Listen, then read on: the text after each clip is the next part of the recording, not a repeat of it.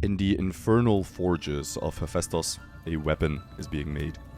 A grieving mother has commissioned an armor from the Olympian blacksmith. Intended for her son, he will use it to avenge the death of his best friend. You see, during the Trojan War, Hector has killed Patroclus, the childhood friend of Achilles. Achilles had lent him his armor to lead the Greeks into battle, but alas, Hector proved superior, slain Patroclus, and took the armor of Achilles for his spoils. Now Achilles, enraged, is out for revenge. His mother, the sea nymph Thetis, pleads with Hephaestus to forge a new armor so that Achilles might fulfill his destiny for revenge. But thou, in pity, by my prayer be won, grace with immortal arms this short-lived son, and to the field in martial pomp restore, to shine with glory till he shines no more. Moved by a mother's tears, Hephaestus gets to work, and he creates for Achilles an indestructible shield. Homer then spends considerable time detailing the engravings on the shield.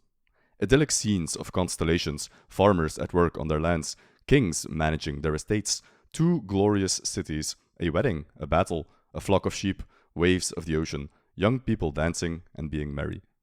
The scene has become iconic, inspiring countless poets since the days of Homer.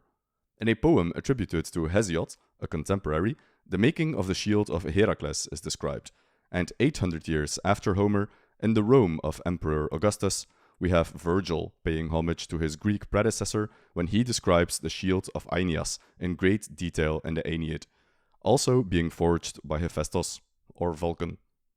And 2,000 years after that, we have the poem The Shield of Achilles by W.H. Auden. Written in 1952 in the aftermath of World War II, The Shield of Achilles features two distinct poetic styles. It's essentially a rewrite of the scene in the Iliad where Hephaestus forges the shield of Achilles, but with a twist. The poem alternates short-lined stanzas with long-lined ones. The short stanzas are written from the perspective of Thetis, the mother of Achilles, as she looks over Hephaestus' shoulder while he's working on the shield. However, something's wrong. She looked over his shoulder for vines and olive trees, marble well-governed cities, and ships upon untamed seas. But there on the shining metal his hands had put instead an artificial wilderness and a sky like lead. The poem takes a dramatic turn as we read the second stanza. The style switches, the lines become longer, and they depict a modern, war-torn hellscape. A plain without a feature, bare and brown, no blade of grass, no sign of neighborhood, nothing to eat and nowhere to sit down. Yet congregated on its blankness stood an unintelligible multitude. A million eyes, a million boots in line, without expression, waiting for a sign. Out of the air, a voice without a face, proved by statistics that some cause was just, in tones as dry and level as the place. No one was cheered, and nothing was discussed. Column by column in a cloud of dust, they marched away, enduring a belief whose logic brought them somewhere else to grief. It's clear that Thetis had expected quite a different scene to be depicted on the shield of the heroic Achilles. She looked over his shoulder for ritual pieties, white flower-garlanded heifers, libation and sacrifice. But there on the shining metal where the altar should have been, she saw by his flickering forge light quite another scene. Barbed wire enclosed an arbitrary spot where bored officials lounged, one cracked a joke, and sentries sweated for the day was hot. A crowd of ordinary decent folk watched from without and neither moved nor spoke, as three pale figures were led forth and bound to three posts driven upright in the ground.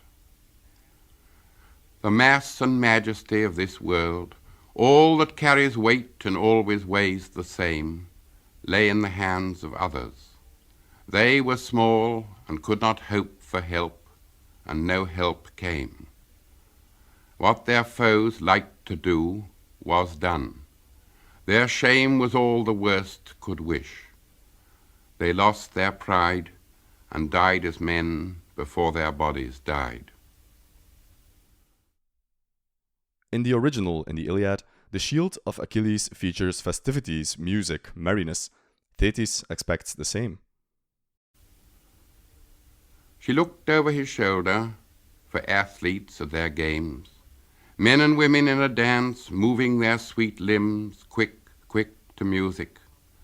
But there on the shining shield, his hands had set no dancing floor, but a weed-choked field. But, of course, the theme is clear. The inscriptions on this version of Achilles' shield are not quite as joyful. A ragged urchin, aimless and alone, loitered about that vacancy. A bird flew up to safety from his well-aimed stone. The two boys, knife a third, were axioms to him, who had never heard of any world where promises were kept, or one could weep because another wept. And ultimately, Thetis realizes the gravity of the situation. The thin-lipped armorer, Hephaestus, hobbled away. Thetis of the shining breasts cried out in dismay at what the god had wrought to please her son, the strong, iron-hearted, man-slaying Achilles, who would not live long. The point of the poem is clear. Auden juxtaposes the ancient attitude towards violence with the modern one. In an earlier video, we talked about the pervasive violence of ancient Greece and how it was an extremely important and celebrated part of their culture. In that video, I argued that the extent to which the Greeks glorified violence was almost incomprehensible to the modern mind. And poems like these illustrate that beautifully.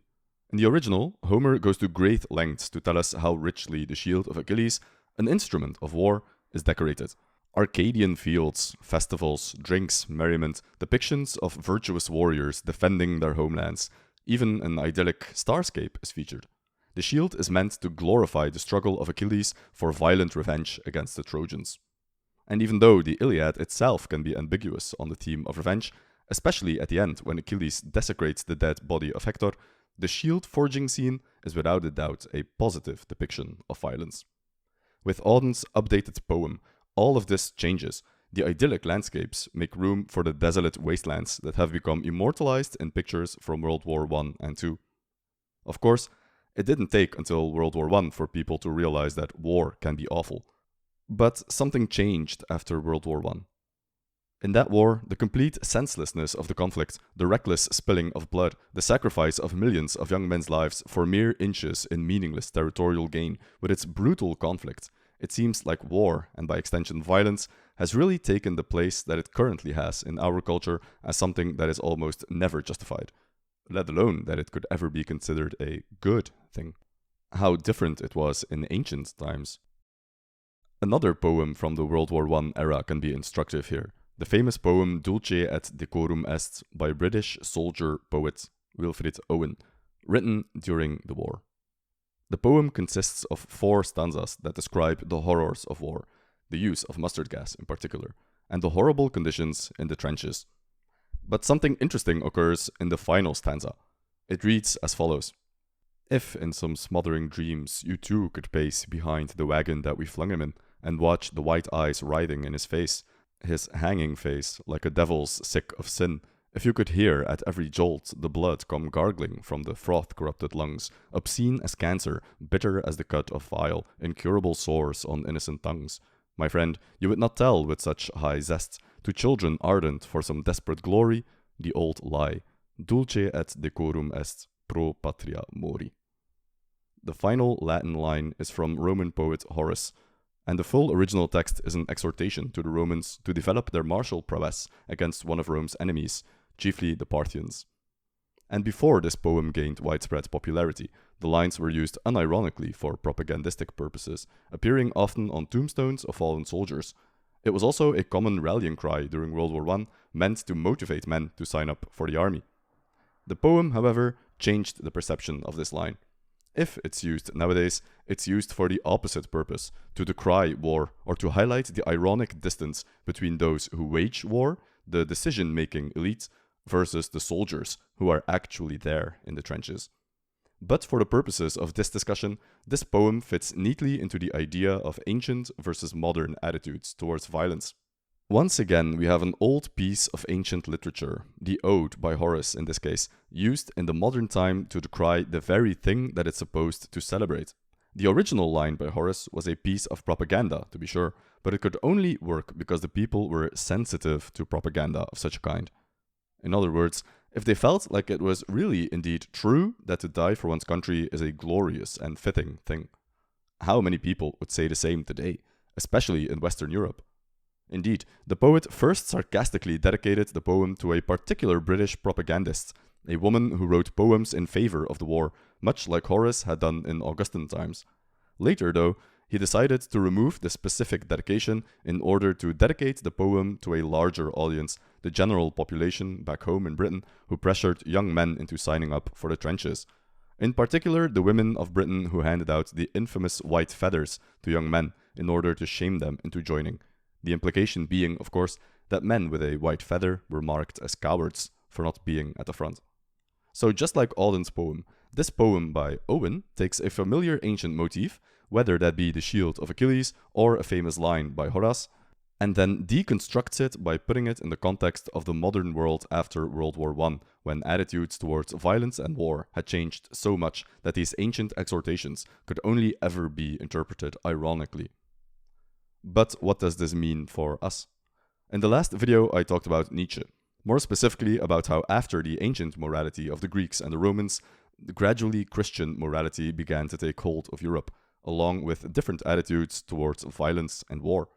But of course, Nietzsche is the prophet of the death of God, and an admirer of the Greeks, and he had hoped that in this retreat of Christian morality, we would have room for a renewed Greek type of vigor. As he wrote in Beyond Good and Evil, I hear with pleasure that our sun is moving rapidly towards the constellation Hercules, and I hope that the men on this earth will do like the sun, and we foremost, we good Europeans. However, the consequences of these things, the death of God at the hands of men, and the subsequent twilight of Christian morality, these will take time to become manifest. Nietzsche points out numerous times that the death of God is a slow historical process, yet it has happened. Still, that doesn't mean that its consequences are immediately clear. Quite the contrary, in fact. This prodigious event is still on its way and is traveling. It has not yet reached men's ears. Lightning and thunder need time. The light of the stars needs time. Deeds need time, even after they are done, to be seen and to be heard. This deed is as yet further from them than the furthest star. And more concretely, in Ecce Homo, his autobiography, Nietzsche seems to imply that he considered himself 200 years ahead of his time. Well, it's been 100 years since Nietzsche wrote down his philosophy, so we are about halfway through. What lies in store for us? Before Nietzsche's dream of a rebirth of ancient Greek morality, or something like it, something new at any rate, can take place, we must go through a period of nihilism. However, a little disclaimer is perhaps in order before we proceed further. Nietzsche's grand prediction of nihilism enveloping the European continent, while present in embryonic form in his earlier writings, is fleshed out most explicitly in the infamous book The Will to Power. The problem with that book is that it's not to be taken at face value as a work by Nietzsche. Two problems arise.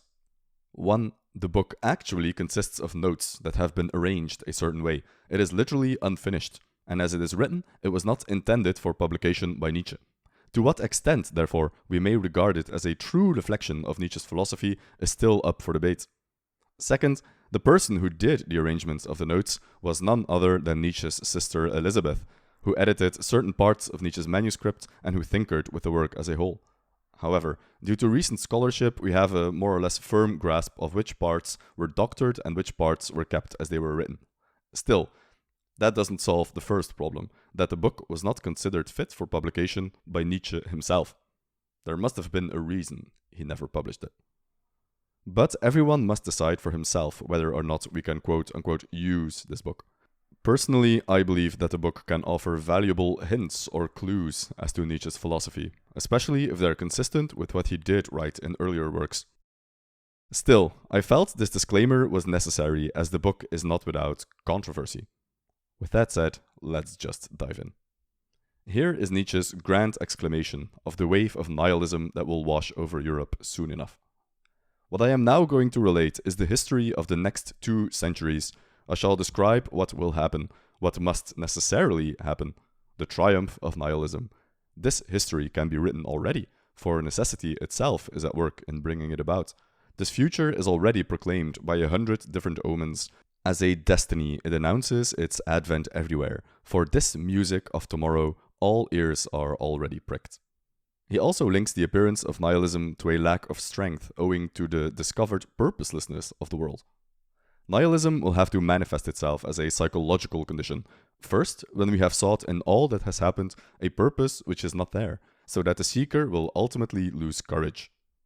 This lack of purpose leads to a shocking realization, namely that mankind does not exist in a universe with order. There is no all-encompassing system where each plays his part in service to the greater whole.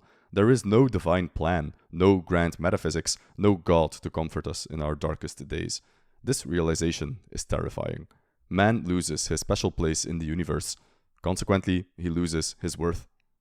At bottom, man loses the belief in his own worth when no infinitely precious entity manifests itself through him.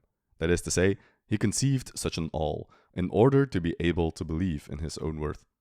However, no such belief remains. We are faced with the abyss. We have nothing to live for. We are alone in a desolate, cold, uncaring universe. We realize that there is no truth, that there is no absolute state of affairs, no thing in itself. This alone is nihilism, and of the most extreme kind.